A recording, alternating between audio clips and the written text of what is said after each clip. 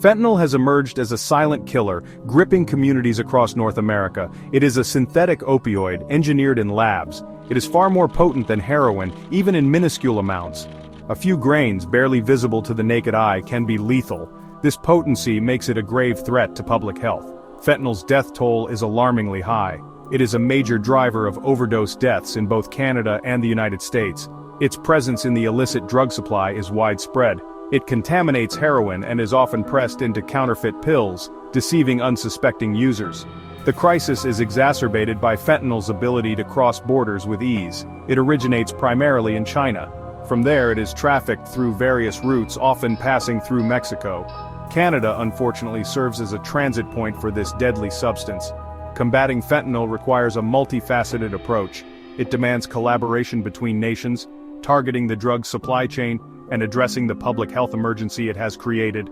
Only through a concerted effort can we hope to curb its deadly impact. The opioid crisis, fueled by fentanyl, has reached a critical point. It is a public health emergency of unprecedented scale, affecting both Canada and the United States. The death toll is staggering, with tens of thousands of lives lost each year. In 2023 alone, over 74,000 deaths in the United States were attributed to fentanyl. This synthetic opioid has infiltrated communities across the nation, leaving devastation in its wake. The crisis demands urgent attention and comprehensive solutions. The sheer volume of fentanyl being trafficked presents a formidable challenge. Interdiction efforts, while crucial, struggle to keep pace with the vast quantities entering the country. This highlights the need for a multi-pronged approach. The opioid crisis is not just a law enforcement issue, it is a complex public health crisis that requires a compassionate and comprehensive response. Alongside interdiction, we must prioritize harm reduction strategies and address the underlying factors that contribute to addiction. In the face of this escalating crisis, Canada has taken a decisive step by appointing a Fentanyl Czar. On February 12, 2025, Kevin Brosseau, a seasoned veteran with a background in law enforcement and national security, assumed this critical role. Brosseau brings a wealth of experience to the table. As a former member of the Royal Canadian Mounted Police, he has first-hand knowledge of drug enforcement. His expertise in national security and intelligence will be invaluable in coordinating efforts to combat the fentanyl trade. The Fentanyl Czar's mandate is clear: to stem the flow of fentanyl into Canada and prevent it from reaching the United States. Brosseau will serve as a central figure, coordinating efforts between law enforcement agencies, border security, and public health officials. This appointment underscores Canada's commitment to tackling the fentanyl crisis head-on. Brosseau's leadership will be crucial in implementing a multifaceted strategy that combines law enforcement, harm reduction, and international collaboration. Recognizing that the fentanyl crisis transcends borders, Canada is prioritizing collaboration with its international partners. This collaborative approach is essential for dismantling the complex networks that facilitate the production and trafficking of this deadly drug. Brosseau, as Canada's Fentanyl Czar, is tasked with fostering closer ties with U.S. authorities.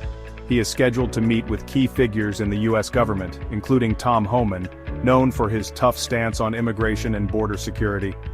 Information sharing will be paramount in this collaborative effort. By pooling resources and intelligence, Canada and the U.S. can more effectively target criminal organizations involved in the fentanyl trade. Joint operations and investigations will be essential for disrupting the supply chain. This collaborative approach extends beyond North America.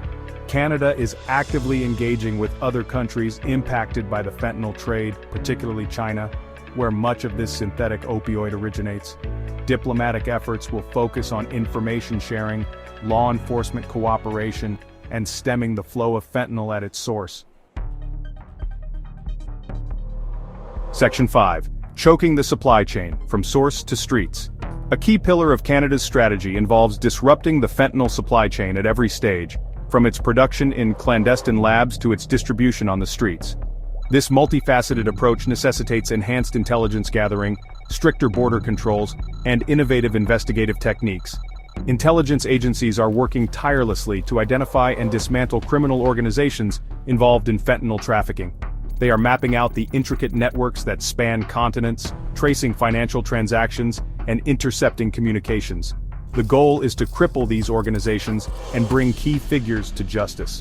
Border security has been significantly bolstered. Canada has invested heavily in its border infrastructure and personnel. Advanced screening technologies are being deployed to detect even the smallest quantities of fentanyl. Canine units trained to sniff out concealed drugs play a crucial role in interdiction efforts. Law enforcement agencies are adopting innovative approaches to target fentanyl traffickers. They are increasingly using undercover operations, controlled deliveries, and surveillance technologies to track and apprehend those involved in the illicit trade. The aim is to make the trafficking of fentanyl as risky and unprofitable as possible. Section 6. Shifting the focus. Harm reduction as a lifeline. While law enforcement efforts to disrupt the supply chain are crucial, Canada recognizes that they alone cannot solve the fentanyl crisis. The sheer volume of fentanyl in circulation makes complete interdiction nearly impossible. Therefore, a parallel approach focusing on harm reduction is essential. Harm reduction aims to mitigate the negative consequences of drug use, prioritizing the health and well-being of individuals struggling with addiction. It recognizes that addiction is a complex issue and that punitive measures alone are ineffective. One cornerstone of Canada's harm reduction strategy is expanding access to naloxone. Naloxone is a life-saving medication that can rapidly reverse an opioid overdose. By making naloxone widely available, even to individuals who are not healthcare professionals, lives can be saved. Another critical aspect is the establishment of safe injection sites. These supervised facilities provide a safe and hygienic environment for individuals who inject drugs. Medical professionals are on site to respond immediately in case of an overdose. These sites also serve as a point of contact for individuals seeking treatment and support services. Section 7. Diplomacy and action, engaging the international community. The fight against fentanyl requires international cooperation. Canada is actively engaging with countries like China, where much of the illicit fentanyl originates. These diplomatic efforts are essential for tackling the problem at its source. Canada is working to strengthen partnerships with Chinese authorities to share intelligence and coordinate law enforcement operations. By working together, both countries can target clandestine labs producing fentanyl and dismantle the trafficking networks that move it across borders. Diplomatic pressure is also being applied. Canada is urging China to strengthen its regulations surrounding the production and export of fentanyl precursors. By making it more difficult for criminals to obtain these chemicals, the production of fentanyl can be significantly curtailed. Beyond China, Canada is collaborating with other countries impacted by the fentanyl trade. This includes sharing best practices for harm reduction, coordinating law enforcement efforts, and providing technical assistance to strengthen border security measures. Section 8. The uphill battle challenges and considerations. Despite Canada's comprehensive approach, the battle against fentanyl remains an uphill one. Several challenges and considerations complicate efforts to curb the flow of this deadly substance and mitigate its devastating impact. The sheer vastness of the US-Canada border poses a formidable obstacle. With thousands of miles of land and waterways to patrol, achieving complete interdiction is practically impossible. The ease with which small, lethal doses of fentanyl can be concealed exacerbates this challenge. Another challenge stems from the constantly evolving tactics of criminal organizations. As law enforcement agencies adapt their strategies, traffickers find new ways to smuggle fentanyl across borders. They exploit vulnerabilities in transportation systems, employ sophisticated concealment methods, and constantly seek new routes. The focus on harm reduction, while essential, has also faced criticism. Some argue that it condones drug use and sends the wrong message.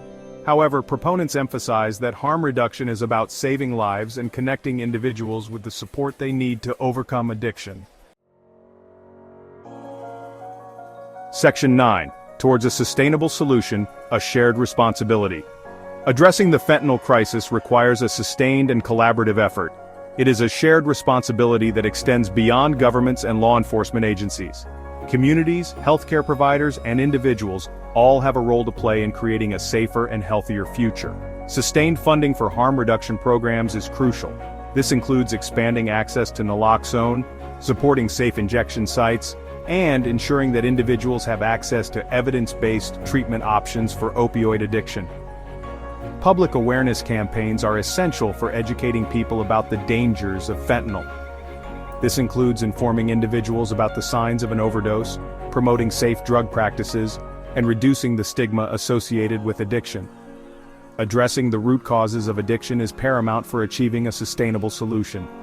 This involves tackling issues such as poverty, lack of economic opportunity, trauma, and mental health challenges.